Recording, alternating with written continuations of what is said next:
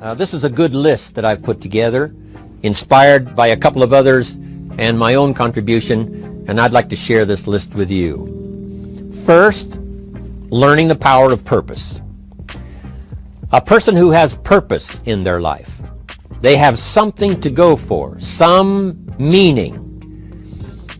One writer described it, for some people it becomes a magnificent obsession. And for you and I, maybe it doesn't need to be that dramatic as a magnificent obsession. But it has to be something that does something to us, something that pulls us, especially into the future. You know, there are many influences on us. One is the influence of the past. Some people are always pulled back by the past. Some people are always pulled aside by the distractions. But here's what's powerful. If you have a list of high purpose in your life, it pulls you toward the future. And the more powerful the purpose is, the stronger it pulls. And here's the other great advantage if you have purpose for the future. It pulls you through all kinds of challenges and all kinds of difficulties. If you don't have these strong purposes for the future, it's easy to get swallowed by a bad day. It's easy to be almost annihilated by a poor month. And it's easy sometimes to almost disappear beneath the waves of a year that goes backwards if you don't have something to pull you beyond that year. So if you want something to pull you through all kinds of challenges, all kinds of difficulties, and things that come at you, you got to have something on out there, beyond today, beyond next week, beyond next month, beyond this year, that pulls you into the future. And the clearer it is, the stronger it pulls. The more dynamic it is, the more it affects your life, your spirit, your heart, your soul. It also creates imagination. It gets your mind working on how to achieve that purpose. And if your mind will work, and if your heart works, and if your spirit works, and if you have good input, like good ideas, I'm telling you, there isn't anything you can't accomplish. So that's one of the great powers that'll make a variable of you, and that is purpose. Here's the next one, self-confidence. Where does self-confidence come from? And this is the best advice I can give you on that. Not neglecting, first of all, the small daily disciplines. Self-confidence really comes from feeling good about yourself. And one of the best ways to feel good about yourself is at the end of the day to know that you poured it on. You did your best. If you conducted a meeting, you did the best you could. If you made a phone call, it was the best phone call you could possibly make. If you wrote a letter, it wasn't a casual letter, it was your best letter. At the end of those kind of days, when you feel good about yourself, self-confidence starts to rise. You know that if you can have this kind of a good day, you can have another one the next day, and those days become the weeks become the months, and the month becomes a powerful year. Self-confidence comes from the lack of neglect. If you will not neglect to do the small daily disciplines, that's where self-confidence comes from. Part of good health is self-confidence. I know I'm going to be healthy. I take the Herbalife products. I eat the apple a day. I walk around the block. I do the jogging on the beach. At the end of the day, when you've really poured it on and you've done all the stuff, self-confidence grows. That self-confidence affects your health. It affects your future. It affects your psyche. So this is true. One of the great powers is self-confidence. Self-confidence means willingness to do whatever it takes to achieve. Some people say, well, I'll do it for a little while and see what happens. You know, I'll try a couple of things. If that doesn't work, I'm out of here. And all of us know that that kind of person doesn't have much of a future. But if you're willing to do whatever it takes, if I have to learn a couple of things, I will learn those things. If I got to learn 5 or 6 things, I'll learn all 6. If I have to take an extra class, I'll take an extra class. If I've got to read the books, I'll read the books. If I have to consult with people who know more than I know, I will do the necessary consulting. Whatever it takes, I will do. That starts to develop unbelievable self-confidence. Self-confidence also comes from the ability to rise above your circumstances. To rise above what happens, the petty little things, the discouraging things that would sink everyone else's ship except yours, that would cause someone else to quit early in the day, but you keep going. that kind of willingness to overcome all circumstances, whether it's the little challenges or the big challenges. If you're willing to do that, I promise you, this kind of power will work for you, and in you, the variable, it'll make a difference. The third on the list I had was enthusiasm. And here's what I wrote about enthusiasm. Enthusiasm that's powerful is mostly enthusiasm that is enthusiasm inside, 90%, 10% outside. We all know what the enthusiasm is like when somebody lets us see their enthusiasm, which is like the 90%, and only 10% of it is inside. But the enthusiasm that really affects people is not just being loud, but the enthusiasm that runs deep, the enthusiasm that comes from deep inside, created by self-confidence, created by purpose, created by genuine willingness to help other people. That kind of enthusiasm, knowing that you're going to get the job done, knowing you're going to affect people, knowing you're going to have testimonials flowing in from all kinds of directions. That kind of enthusiasm. A lot of it is quiet. A lot of it is unheard. And the 10% that's heard, it rings a bell. People call it genuine enthusiasm because they know that what you say in the outward display of your enthusiasm is only a small tip of the iceberg of the enthusiasm you feel inside that really motivates you to do the best job you can. Next on my list to help you become the powerful variable is expertise. Wanting to excel in all of the skills and settling for nothing less than an outstanding performance. If you're willing to be the best in your field, if you're willing to demand of yourself excellence in skills, to be the best that you can possibly be. In the training, do the best you possibly can. In doing a workshop, do the best you possibly can. Developing the skills of using your personality, developing the skills of language, developing the skills of influence, developing the skills of organizing. If you're willing to be an expert in all of the skills, Herbalife has the way for you to invest those skills and not only make a handsome living, not only make a lot of money, but if you would so desire and if it would be your purpose, a chance to make your fortune. Expertise, excellence in skills. Here was the next one on my list, making a powerful contribution to you, the variable, and that is preparation. Well prepared. And preparation, of course, involves a whole lot of things. A big share of our life is preparing, getting ready. When we go to the first grade in school, we're just preparing for the second grade. After we've finished 2 grades, the 2 grades prepare us for number 3. Sometimes it seems like a long, excruciating time. And the time will just seem like it'll never come when we can finally have the performance that we really want. But it takes time to prepare, it takes time to get ready. And the decisions you make in the preparation time, those are the decisions that last for a lifetime. Preparing to have a good day. It's that preparing, maybe the night before, maybe the couple of days before the day that you're going to put everything together. The preparation for a meeting means that you've taken it serious.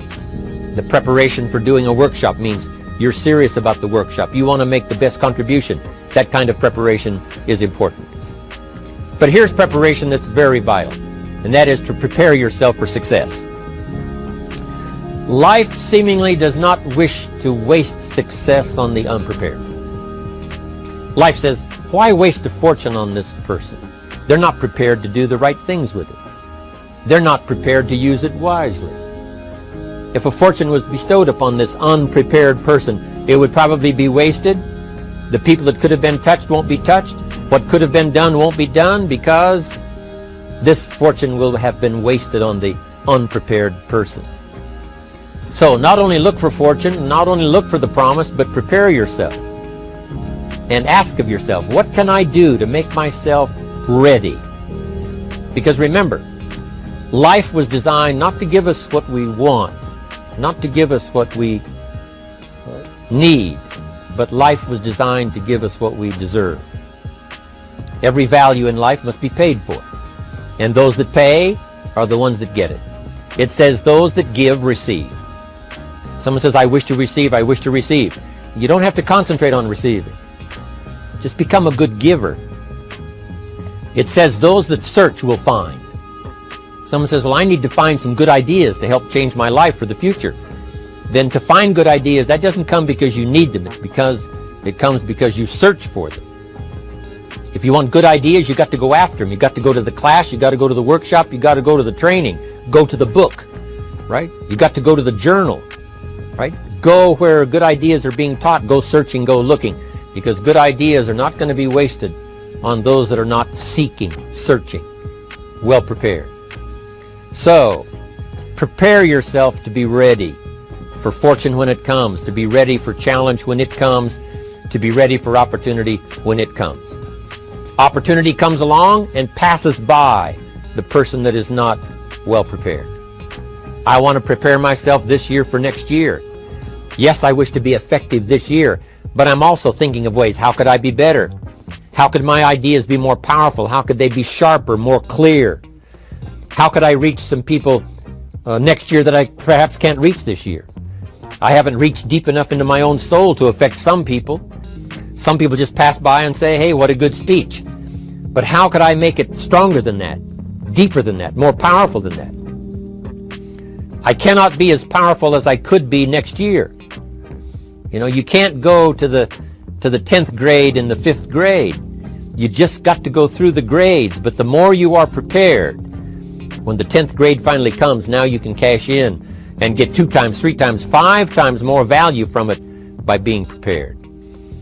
I want to do my best this year for Herbalife, but I also want to get ready for next year, 1999. And then when the year 2000 comes, at the turn of the century, I want to be well equipped by language, by instinct, by temperament, by personality, by influence, to really be valuable the year 2000, 2001, 2, 3, 4, 5. That's my goal. I'm sure it's your goal. Now here's the next one. There's great power in self-reliance. Self-reliance means you simply look mostly to yourself. It would be nice if someone just gave you this, gave you this, gave you this. It would be nice if everyone did their job exactly as they're supposed to do it. But here's what you've got to do. Primarily rely on yourself. Primarily say, I'm the person responsible. And I will learn the necessary skills so that I can help people learn their skills. If I need lots of people to do certain things to build my organization, that is what I must have. But I've got to be the final backstop. I've got to be the final one that people can rely on. So that if this is missed and this is missed, I can catch up. I can fill the gap. I can do the job. We have to do it when we conduct meetings. We have to do it when we conduct training. We have to do it when we're in a class of just a few. What someone might have missed, we're there to fill in. Self-reliance. Primarily, we're learning to count on yourself. So that you can do this, never complain and never explain. Here's the next key power, and that's image. There's many parts to image. The image that others see you as, the image you have with other people. And it's very important how other people see you. If they don't see you as a leader, chances are they won't pay attention. If they don't see you as being in control, chances are they won't have the trust. If they don't see you as knowing where you're going, what you want to accomplish, they probably won't follow. But if people can see you, if you have the image of someone that's in charge, in control of your life, your future, your destiny, in control of the situation, if they see that, that kind of image is powerful. It helps to win the day. It attracts other people. People want to be around people that are in control, that are powerful, but they know how to use their power. Influential, but they know how to use their influence. That kind of image is important. But here's a very important image, and that is your image of your self. The way you dress, the way you talk, the way you think, your capacity for learning, all of that is an important image that you have of yourself. The image that you have that if it needs to be learned, you could learn it. If there's a book that needs to be mastered, you could master it. If there's a skill that needs to be learned, why couldn't you get busy now and learn that skill? That kind of self-image, that I am continually trying my best to be the best I can. Because one of the most important places you have to look is into the future, yes. You've got to look into the past, yes. You've got to look around, yes. But one of the most important places you have to look is in the mirror. You know, how I appear to other people, that's important. But how I appear to myself is the ultimate importance. That kind of image, to where you'll develop the self-confidence, you'll develop the self-reliance. Now here's another one in my rather short list. The next word is character. Becoming a person of high values, a person of principles, a person of honesty, a person that earns respect. That kind of character. It took character when Mark started to put the marketing system together. How can we have a system that will build in the integrity, that people will know that if this happens, then this will happen. And if this goes wrong, here's the way to fix it. Unless you have the principles and the character and the integrity to put together a viable plan for a wide variety of people, then the system is not going to last very long. And I've been around long enough, and I'm sure you have been around long enough to see a lot of systems that got started, but they failed. And the reason is because they were not constructed with integrity. They were not constructed with character. They were not constructed with doing the right thing. They might have been constructed to take advantage. You know, cash it out as quickly as possible and leave. Mark was involved when others took advantage of him all those years ago before Herbalife. When someone took advantage and didn't have the character, didn't have the principles, and didn't have the character to stay, the character to see it through, the character to do the right thing.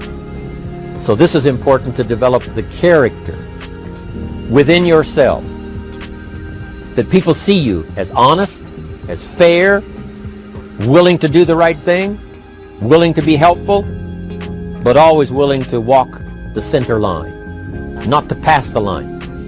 When we come to an opportunity like Herbalife, especially multi-level network marketing, it is so dynamic, it is so powerful, and it is so possible in fortune making that sometimes people want to speed up the process by cutting the corners, by neglecting to do the right things, you know, to cheat a little here, you know, cross the line just a little bit, because then, you know, it'll grow faster and you can cash in quicker. Not necessary here. Doing Herbalife right will build your fortune longer and stronger than trying to cut the corners and not doing it right. If we'll have the integrity that Mark had when he started it, and keep perpetuating that we will do the right thing by the marketing system, the right thing by a distributor who has a customer and they take care of that customer belongs to that distributor. That kind of integrity in the marketing system, the kind of integrity we have among each other, the kind of character we have to rely on each other, because here's what we cannot do. We cannot do this by ourselves. Mark's got to count on me. I've got to count on Mark. We've got to count on the president's team. The president's team has to count on the chairman's club for advice and counsel. We have to count on the millionaire team, the tabulator team, the world team. We've got to count on the distributor. We've got to count on the distributor giving the right message to the potential customer. We've got to count on the distributor giving wise counsel to the new recruit, teaching them the right way, the Herbalife way, the principled way, the character way. Vitally important. Building and developing your own character. Now here's another one. It's called self-discipline. Self-discipline, all of us have a challenge with that. Because sometimes it's easy, and especially if you're working hard, doing the best you can, it's easy sometimes to let up and let it go. But remember, So many people, especially now that we're as big as we are around the world, are counting on what we do.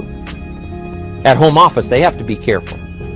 They have to be disciplined. It's easy for the person who ships the product from Herbalife says, oh, well, I'll wait until tomorrow to ship it. And then they go home and sleep like a baby. But the distributor who's waiting for that product doesn't sleep that night, or doesn't sleep when the product doesn't show on time. But if everybody will have the discipline to say, I will do the best job I can. I will make mistakes, of course, because we're all human, but I'll try to remedy those mistakes and do the best job I can. That kind of self-discipline that understands how important your part is in all of the functions that work. Coming to work on the set here, HBN, there's so many people that play a part. And each one of the parts that are played is necessary to put on the broadcast, make it viable, make it real, make it powerful. Any couple of them missing, and it would be a disaster. But all of it put together, and it works like a charm.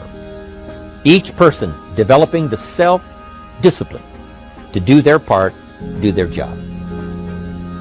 Here's one more, and that is the power of extraordinary performance and demanding of yourself excellent results. This is so important. If you want to live extraordinary, you must do extraordinary. If you want an extraordinary income, you must do extraordinary things.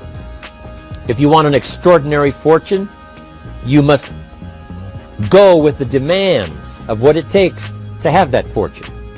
Mark has made such a fortune, it's almost beyond comprehension what the numbers really are. But guess what he has the satisfaction of knowing? He earned it all. If he'd have been lax in the performance, Herbalife would not be here these 18 years later. Herbalife would have been a footnote in multi-level history.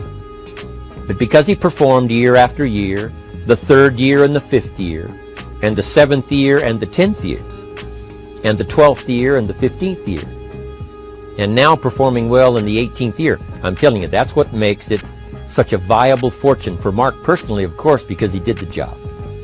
If we would ask of ourselves that kind of performance, and you've got to ask it of yourself. You know, I can't ask it of you. I would try to inspire you. I would try my best to share with you what it might taste like, what it's like to finally make your fortune. It happened for me. But here's what you must do. You must demand it of yourself. Society does not demand that you not have a heart attack. But if you want to escape having a heart attack, you must demand it of yourself. Society doesn't demand that you take Herbalife and improve your health. You have to demand it of yourself. Society doesn't demand that you jog around the block every morning. But if you want good health, you must demand it of yourself. Society doesn't demand that you read a couple of books a week and improve your intelligence and your knowledge. That you must demand of yourself.